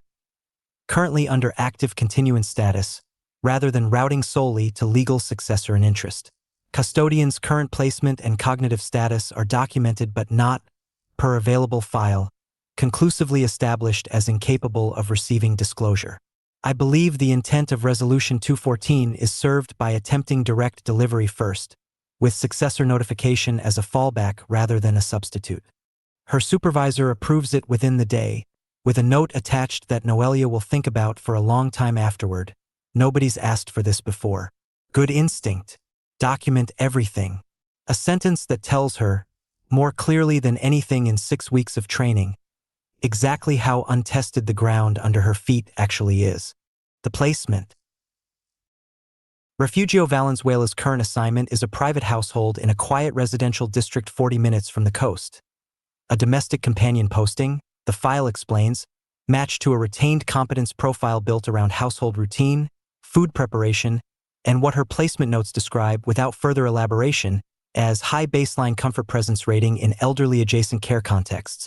A sentence Noelia reads 3 times before she understands it means, in the only language this company has ever really had for such things, that Refugio is good at taking care of people, and that the machine noticed and kept the part of her that was good at it, and routed it toward a stranger's household instead of the family it was built inside. She finds Refugio in the kitchen of that house, at 11 in the morning, doing something with her hands over a cutting board, slow, precise, competent, the specific unhurried thoroughness of someone who has done this exact motion for most of a very long life. 98 years old now, silver-haired, smaller than the file's photograph, and entirely visibly present in the room in the way her body occupies it. And entirely, Noelia understands within the first 30 seconds, somewhere else behind the eyes. The script. Noelia sits across from her at the small kitchen table, the household's own elderly resident dozing in another room, and reads the approved disclosure statement exactly as the protocol requires, without abridgment, without softening a single clause. Senora Valenzuela, I've come to tell you about your grandson, Mateo. Independent research commissioned by this company has found evidence that individuals like Mateo, transferred under the program you enrolled him in 19 years ago, may retain a form of awareness the technology used in his care was designed to prevent us from detecting. I want to be honest with you that we don't fully understand what this means or what he has experienced in that time. We believe you have a right to know. She reads it slowly, watching Refugio's face for anything at all, the way she has learned to watch every face in 6 weeks of doing this, though nothing in 6 weeks has prepared her for a face this still. Refugio's hands stop over the cutting board. Not suddenly, the way a machine settles rather than the way a person startles, unhurried, complete, exactly the stillness the certification would call compliant. Her eyes, when they lift, find something in the middle distance that isn't Noelia and isn't the room, and hold there. Nothing that could be called a word arrives. Noelia sits with the silence longer than the protocol requires her to, because she has decided weeks ago that some silences deserve more time than a checklist allows, and because some part of her, trained now without meaning to be by 6 weeks of exactly this work, has started listening for something she can't name. Comes, finally, so quiet she almost mistakes it for the house settling around them. 2 notes. Rising, falling, once, and then again, and then nothing, the exact interval a different woman, in a different kitchen, 11 years dead now, once heard rising through a hallway and told herself, for as long as she could make herself believe it was only the pipes. Noelia doesn't know, sitting there, whether what she's just heard is Refugio or Matteo, or some residue of both worn so thin across the architecture that connects everything this company has ever built that the distinction has stopped meaning anything a diagnostic could measure. She only knows that she was told, in training, that this population does not experience anything worth calling grief. She writes down, in the log she is required to file within the hour, exactly what she heard, in exactly the words she has for it, and does not soften a single clause of that either. The log. Disclosure Delivery Record, Valenzuela. R. Custodian of Record, PSA 11208F. Disclosure delivered in full, verbatim, direct in-person contact. Subject response. Nonverbal. Brief vocalization, 2-note interval, repeated once, subthreshold amplitude, consistent with documented residue classification. No further verbal or behavioral response observed within 20-minute observation window following delivery. Per protocol, notification is also logged as satisfied to legal successor in interest, COCM, I. By standard written notice, filed concurrently. Regional Disclosure Oversight, Case Review. Case closed. Requirements of Board Resolution 214 fully satisfied for both primary custodian and successor in interest. Noelia files the case the way the system requires her to, closes it the way the system requires her to, and sits alone in her car outside the house for a long while afterward before she starts the engine. Not because there's anything left to do, but because she has learned in 6 weeks that this is the part of the job nobody trains you for. The specific, unshared weight of being the only person in the entire architecture who was actually in the room to hear it, and having, at the end of it, nowhere official to put that down except a field the form calls subthreshold. Chapter 45. Classified. Redeemer Plus Defense Solutions Legal Memorandum Re. Applicability of Board Resolution 214 to Sovereign Auxiliary Corps Deployment Assets. Sovereign Auxiliary Corps contracts operate under client confidentiality provisions in 6 jurisdictions, several of which classify operational personnel composition, including biological asset integration details, at a security tier restricting disclosure to authorized government counterparties only. Compliance with Resolution 214's 90-day family notification requirement, as applied to HELM unit and equivalent defense integrated assets, would require disclosure of classified deployment particulars to private individuals holding no security clearance, in direct conflict with confidentiality obligations owed to sovereign clients. We recommend the Board authorize a Defense Solutions exemption from Resolution 214's disclosure timeline pending renegotiation of affected client contracts, a process we estimate at 12 to 18 months. Office of Institutional Failure Analysis Response, filed same day. Resolution 214 does not require disclosure of deployment classification, contract detail, or operational specifics. It requires disclosure of one finding, that this company has credible reason to believe a named individual may retain awareness.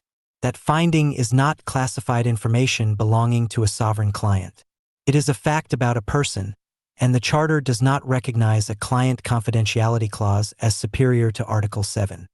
Defense Solutions may withhold division, deployment, and mission detail from any notification delivered under this program, consistent with existing Elder Continuance Messaging Standard, altitude-appropriate disclosure. It may not withhold the finding itself. No exemption is granted. The 90-day clock has already begun. The board upholds the office's determination, 7-2. The visit.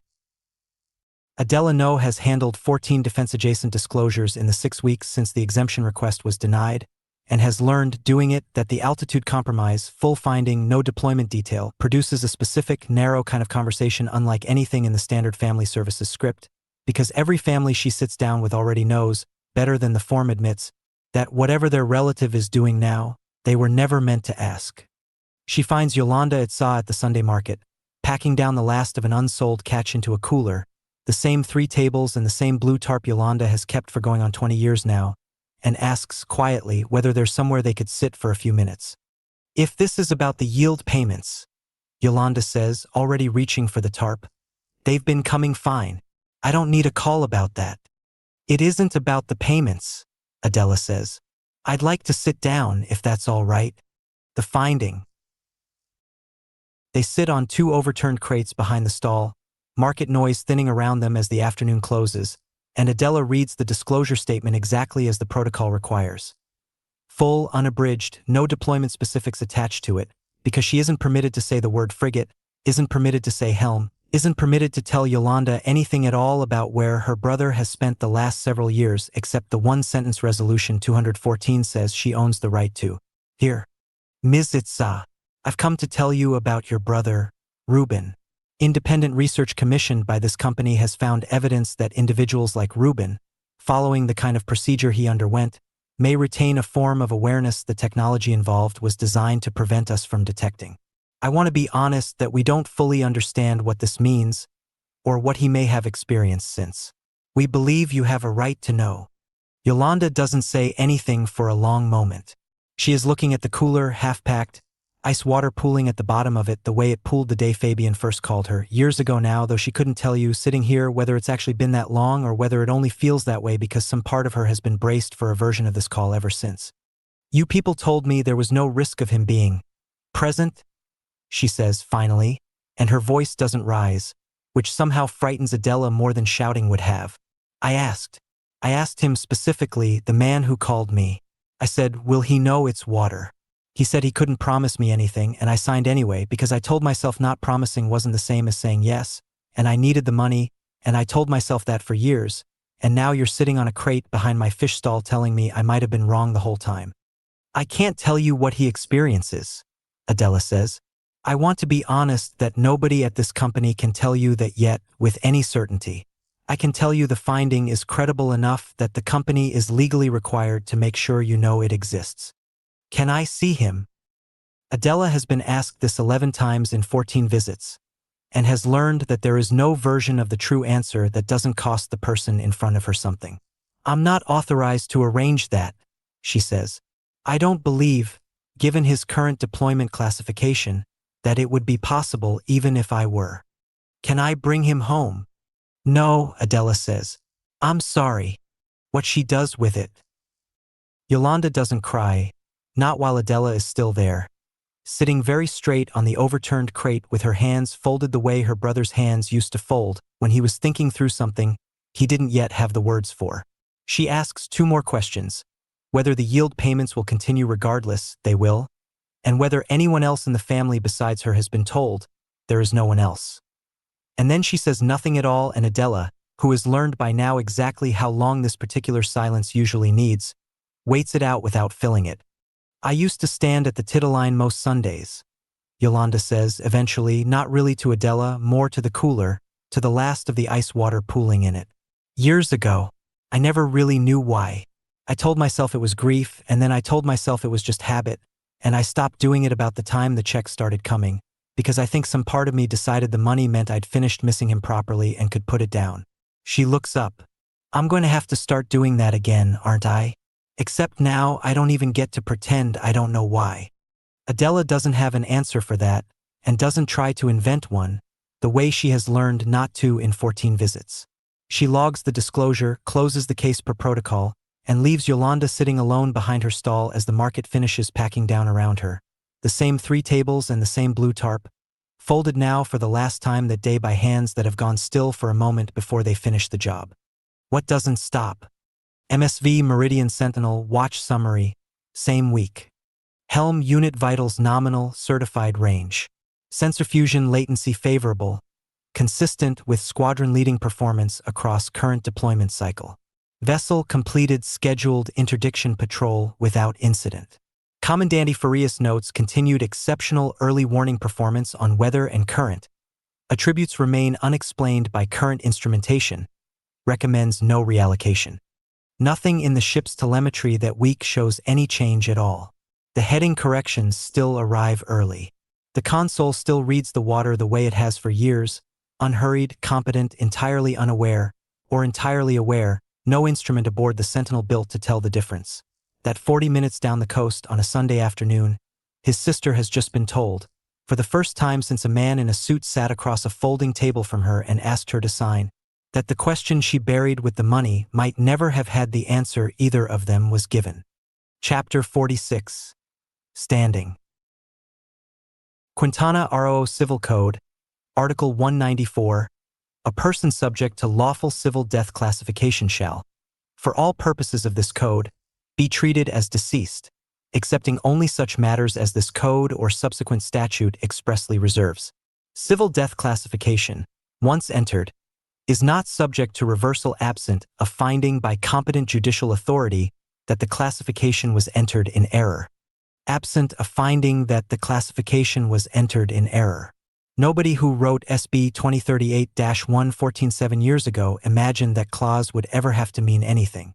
It was boilerplate, lifted from an older statute governing a different kind of proceeding entirely, included because every civil death provision in the region's legal history has always carried some version of it, a formality nobody expected to matter once Redeemer plus S own consent sequence made the classification airtight from the start. The visit. Fernando Cannell has learned to recognize a Redeemer plus representative before she says a word. Something in the posture, the practiced warmth, the way she waits at the gate rather than approaching the door directly, and he almost tells Beatriz not to bother answering. We already know how this goes, he says. We don't sign anything. I'm not here for a signature, the woman says. Her name is Adela No, and she has, by now, delivered this particular kind of news often enough that she no longer has to think about the order the sentences go in. I'm here because a disclosure requirement obligates this company to tell you something about your son. Beatriz comes to the door before Fernando can decide whether to close it. She has spent 5 years since the hearing rehearsing, in the specific quiet way grief rehearses things, every version of the call she always assumed would eventually come. A health update, a transfer notice, nothing she ever let herself imagine would be this. She listens to the disclosure statement without interrupting it, standing very still in her own doorway, and when it ends she doesn't ask the question Yolanda Itza asked, or the one Refugio Valenzuela had no words left to ask at all. She asks a different one, the one that has been sitting underneath 5 years of a carport with the tin roof finally taken down. You're telling us we were right, she says. The whole time, for years of saying no, and a judge telling us it didn't matter what we said. And now you're standing at my gate telling me our son might have been in there the whole time, hearing every single one of those 4 years happen to him. I can't tell you what he's experienced, Adela says. I can tell you the company has found this credible enough that it's legally obligated to make sure you know. Fernando doesn't say anything for a long moment. Then he asks the only question that matters to him. Who do we call? The petition. Sam Naput has not stopped thinking about Bruno Cannell in 5 years, not really. The file has sat in the specific way certain files sit with people whose job asks them to care and then release in a part of him he has never quite managed to close all the way. He takes Fernando's call on a Tuesday evening and doesn't need Fernando to finish the sentence before he's already reaching for a legal pad. Article 194 has a reversal clause. He tells them 3 days later, sitting in their kitchen with a folder of his own now, considerably thinner than the one Redeemer plus his own case files run to, but real. Classification entered in error. Nobody's ever tested what error means under this statute because nobody's ever had what you have, a company's own commissioned research, entered into its own governing charter's formal review record, stating there's credible evidence the underlying premise of the classification was wrong from the start. Civil death assumes the absence of the thing this finding says might still be present. That's not a technicality. That's the whole foundation of the classification, cracking in the company's own words. What does winning even look like? Beatrice asks. He doesn't come home. You've told us that already. No, Poot says. Not in any form either of you would recognize as him coming home. What winning looks like, in the narrowest legal sense, is a court finding that your son's classification as civilly deceased was entered on a premise this company itself now says may have been false. And that finding, if we get it, doesn't just apply to Bruno. It becomes precedent. Every family who's received one of these disclosures gets to stand on it. Fernando looks at Beatriz for a long moment before either of them answers. For years we fought this in a room where the outcome was already decided before we walked in, he says finally. I don't know how to explain to you what it does to a person, being told no that many times by a system built to make no the only answer available. I don't care anymore whether we win in a way that feels like winning. I want it on a record somewhere that isn't theirs. The filing. In the Family Court of Quintana RO petition for judicial review of civil death classification in Re. Canal. B. Case No. FC 2049-0093-R.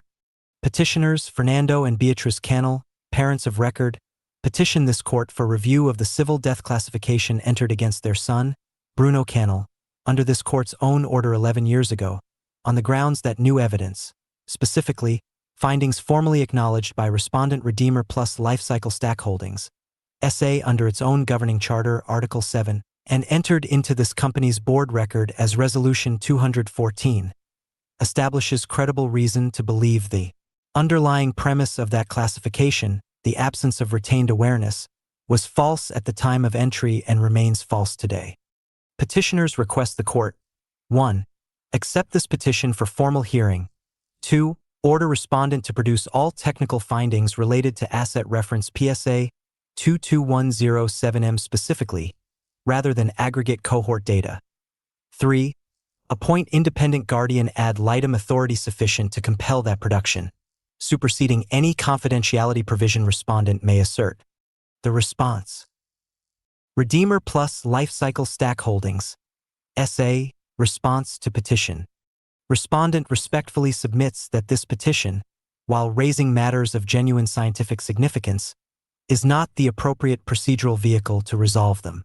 The company's Article 7 findings remain under active, ongoing study, explicitly incomplete by the Institute's own characterization, and do not establish, with the certainty a reversal of civil death classification would require, that any specific individual asset retains legally cognizable awareness. Granting individualized reversal petitions on the basis of a cohort-level statistical finding, prior to the completion of that study, would create an unworkable precedent. Every one of the company's several 100,000 certified assets would become subject to identical challenge on identical, still developing evidence. Respondent notes, further, that petitioner's son was transferred under a court order that petitioners themselves formally contested at the time. That order remains valid. Nothing in the current finding disturbs the court's original determination regarding the adequacy of petitioner's home care arrangement, which was never a finding about their son's awareness at all. Respondent does not oppose continued study. Respondent opposes converting an incomplete scientific inquiry into a legal precedent before that inquiry can responsibly support one. Judge Herrera, again. Marisol Herrera has run this docket for 16 years now, and reads both filings twice before she calls the parties in the same courtroom, smaller than Committee Room 4, where she once told two exhausted parents that exhaustion was not negligence and watched it not matter at all. I'm not going to pretend I don't remember this file, she tells the room. I want that on the record because I think it matters that I'm the same judge who signed the original order, and I want both sides to understand I'm aware of exactly what that means for how carefully I have to handle what happens next. She reads respondent's brief with particular attention to the sentence about precedent. Several 100,000 assets, identical evidence, an unworkable flood of identical petitions, and understands, the way she has understood most things in this courtroom for 16 years, that the argument isn't wrong on its own terms. It is also, she thinks, exactly the argument a system built entirely around never having to answer this question one file at a time would need to make, the moment someone finally forced it to. I'm not prepared today to rule on reversal, she says. I don't think the evidence, as currently presented, supports it, and I think respondents' caution about precedent isn't unreasonable on its face. What I am prepared to do is grant the narrower relief, production of the individual technical findings under seal, reviewed first by this court and by an independent guardian ad litem with full security clearance to examine them. I want to know what the company actually knows about this specific child before I decide anything else. Court order. Petition accepted for hearing. Respondent ordered to produce full individual technical findings. Asset reference PSA 22107M. Under seal within 30 days. Independent guardian ad litem appointed with full review authority. Ruling on classification reversal reserved pending review. What it means and doesn't. Put calls Fernando and Beatriz that evening with the ruling, and is careful, the way he has learned to be careful with this family in particular, not to let the shape of good news outrun what it actually is. We didn't win, he tells them. I want to be honest about that. We got a door held open instead of closed, which given everything that's happened in this file before, is not nothing. 30 days. Beatrice says quietly, more to herself than to him. 5 years of not knowing, and now they've got 30 days to tell a judge what they already know about our son, that they never once had to tell us. That's the case, Put says. That's what all of this comes down to in the end. Not whether he comes home. Whether anyone with the power to ask was ever required to ask at all. Neither of them says anything for a while, and Put doesn't fill the silence because he has learned, across this file and the ones that came before and after it, that some silences are where the actual cost of a case like this one finally gets counted. Not in the ruling, but in the 30 days a family now has to spend waiting to find out, for the first time in 5 years, whether the door that just opened leads anywhere at all. Chapter 47. The Standard of Review. Redeemer Plus Clinical Affairs, Sealed Production. Internal Routing Note Court Order, FC 2049-0093-R. Individual Findings. PSA 22107M. Legal has confirmed the court order requires full technical findings, not a summary characterization. Clinical Affairs should produce the underlying data as generated, without editorial framing, per counsel's assessment that any perceived softening of an unfavorable result would materially worsen the company's position on appeal. Note for the file.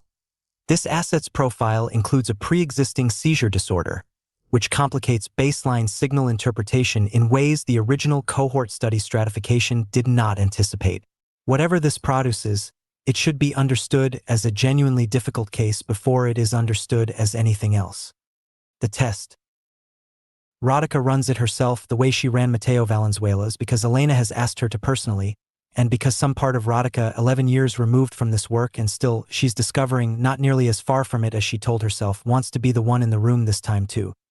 Bruno Cannell is 24 now, has spent 5 years in a Kinyield placement track this file identifies, without further elaboration, as Supervised Light Industrial Textile Sorting Division, and sits in the calibration chair with the same unhurried stillness Rodica remembers from a different subject entirely, though nothing else about the session runs the way that one did. The seizure history makes itself known within the first 10 minutes of baseline recording, a signal architecture threaded through with electrical noise that Mateo's clean, decade-stable baseline never had to contend with, spikes and irregularities that could. Rodica understands watching them resolve on the display, plausibly be residual seizure activity, plausibly be something else entirely, and are, by any honest reading of the instrument, not clearly separable into one category or the other with the confidence her earlier finding was able to claim. They run the same test, the photograph, this time not a ceiling but a tin roof, built from a detail in his own intake file the way Mateo's ceiling was the one thing his parents told the caseworker 5 years ago that he'd loved most in the world. Something fires upstream of the certified boundary. It is patterned enough that Rodica cannot, in good conscience, call it nothing. It is irregular enough, tangled enough with the seizure architecture underneath it, that she cannot, in equally good conscience, call it what she called Mateo's. The finding, Threshold Institute, Individual Findings, PSA 22107M filed under seal. Per Court Order FC 2049-0093R. Upstream signal activity was recorded during stimulus presentation at amplitude and patterning above the threshold established as noise in this institute's prior cohort methodology. The institute is not able, at current confidence levels, to distinguish this activity from pre-existing seizure-related electrical noise with the certainty this or any court proceeding should require before relying on it. We want to state plainly what we believe this means and does not mean. It does not mean this subject lacks the capacity this proceeding is asking about. It means our current instrument cannot answer the question, in this specific case, with the reliability we were able to establish in others. We consider this an honest limitation of present methodology, not a finding against the subject, and we would caution strongly against either party in this proceeding treating an inconclusive result as equivalent to a negative one. The hearing. Judge Herrera reads the sealed finding twice before she calls the parties back in, and this time Osvaldo Reyes, the guardian ad litem who signed the original transfer 5 years ago, on the strength of a care adequacy finding he still, by his own account, believes was correctly reached on the evidence available to him at the time, sits at counsel table rather than in the gallery, because the court's order gave him standing to review the sealed findings independently, and he has spent the last several weeks doing exactly that. I want the record to reflect something, he says, when Herrera invites comment, because I think it matters that it comes from me rather than from petitioner's counsel. I signed the original transfer. I still believe, given what I knew then, it was the correct call under the statute as written. I do not believe, having read this finding, that I would sign it today, and I think this court should hear that distinction clearly, because I don't think inconclusive is the same thing as nothing to see here. And I would ask the court not to let respondents' brief treat it that way. Respondents' counsel, for her part, doesn't try to. We're not asking the court to read an inconclusive result as a negative one, she says. We're asking the court to recognize that a reversal remedy, permanent, irreversible, affecting custody of a living asset, requires more certainty than this record currently provides. We're not disputing the finding is significant. We're disputing that significant and sufficient are the same word. The ruling. Herrera takes 11 days before she rules, longer than she has taken on anything in this file before, and when the order comes, it isn't the clean victory Put promised Fernando and Beatriz he couldn't promise, and isn't quite the clean defeat respondent's brief was built to survive either. Court order, ruling on petition. The court declines to order reversal of civil death classification for Bruno Cannell, on the finding that the evidentiary record, while genuinely troubling, does not establish the certainty a remedy of this magnitude would require. The court wishes to state clearly that this ruling should not be read, by either party, as a finding that no such capacity exists. It is a finding that this court cannot yet know. The court holds, as a matter of law applicable to this and all similarly situated petitions going forward, where a technical finding regarding retained awareness returns inconclusive rather than conclusively negative, the burden shifts. Respondent shall not be permitted to treat an inconclusive finding as closing the question.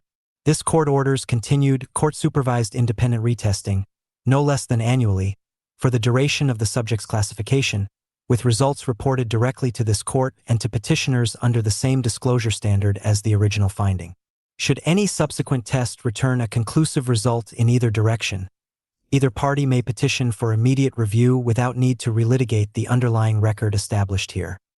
This court further finds that the standard applied today, that inconclusive evidence triggers an ongoing duty of reassessment rather than a final determination, shall govern this court's review of any future petition raising a substantially similar record, absent controlling authority from a higher court.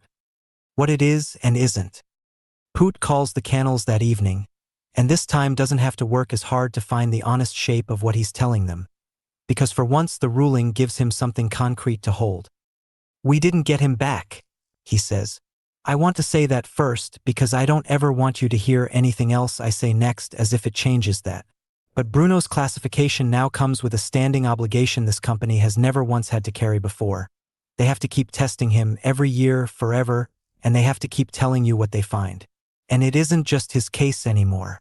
Every family in a position like yours now has a ruling to stand on that didn't exist a year ago. Beatrice doesn't say anything for a long moment, and when she does, it isn't relief in her voice, exactly, and isn't quite grief either. Something Poot has started to recognize, across 5 years on this file, as the specific worn shape a family's hope takes once it has learned not to expect the clean kind anymore.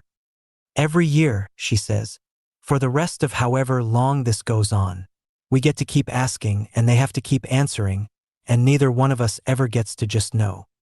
That's the case, Poot says quietly. That's what all of it was ever actually going to be able to give you. The flood.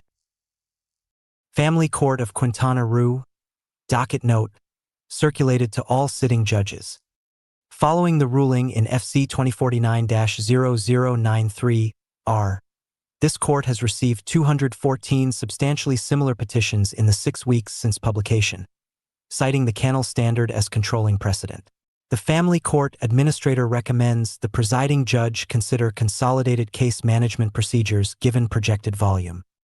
Respondent has not appealed the Canal ruling. Internal Counsel's memo to the board, later obtained under a separate public records request, offers the only explanation the record will ever show for why an appeal risks a higher court either narrowing the annual retesting standard, which we believe is manageable at current volume, or broadening it into something considerably harder to contain. We recommend absorbing this outcome rather than testing whether the next one is worse. Deep in the heart of the archives, a clandestine connection is made.